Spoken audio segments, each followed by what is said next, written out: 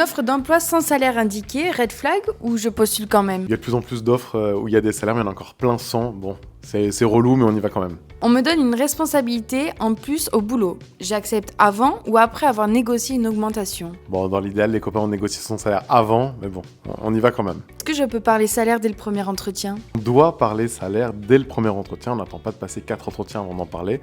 À la fin du premier, c'est très bien. Je dois donner mes prétentions salariales tout de suite. Le plus tôt, c'est le mieux, mais on n'abuse pas quand même, hein, les copains. On attend au moins la fin du premier entretien. Je dis mon vrai salaire ou je triche un peu? On triche un peu, mais on n'abuse pas de ouf, hein, ok? Un petit 10% en plus, c'est ok, mais on reste toujours dans ce qu'on retrouve sur la valeur marché. Je dois obligatoirement refuser le premier salaire proposé. Non, mais c'est bien de négocier toujours. Je demande plus si l'offre est trop basse. Si l'offre est trop basse, c'est sûr qu'on négocie plus, mais toujours la valeur marché. Comment savoir combien je vaux sur le marché? Tu peux aller sur Glassdoor, tu peux aller regarder les enquêtes de rémunération qui sont faites par les gros cabinets, tu peux aussi demander au réseau, tu peux demander aux alumni. Est-ce que je peux négocier autre chose que le salaire? Plein d'autres choses que vous pouvez négocier, les copains, les avantages en nature, il y a évidemment une partie fixe, mais il y a parfois aussi une partie variable.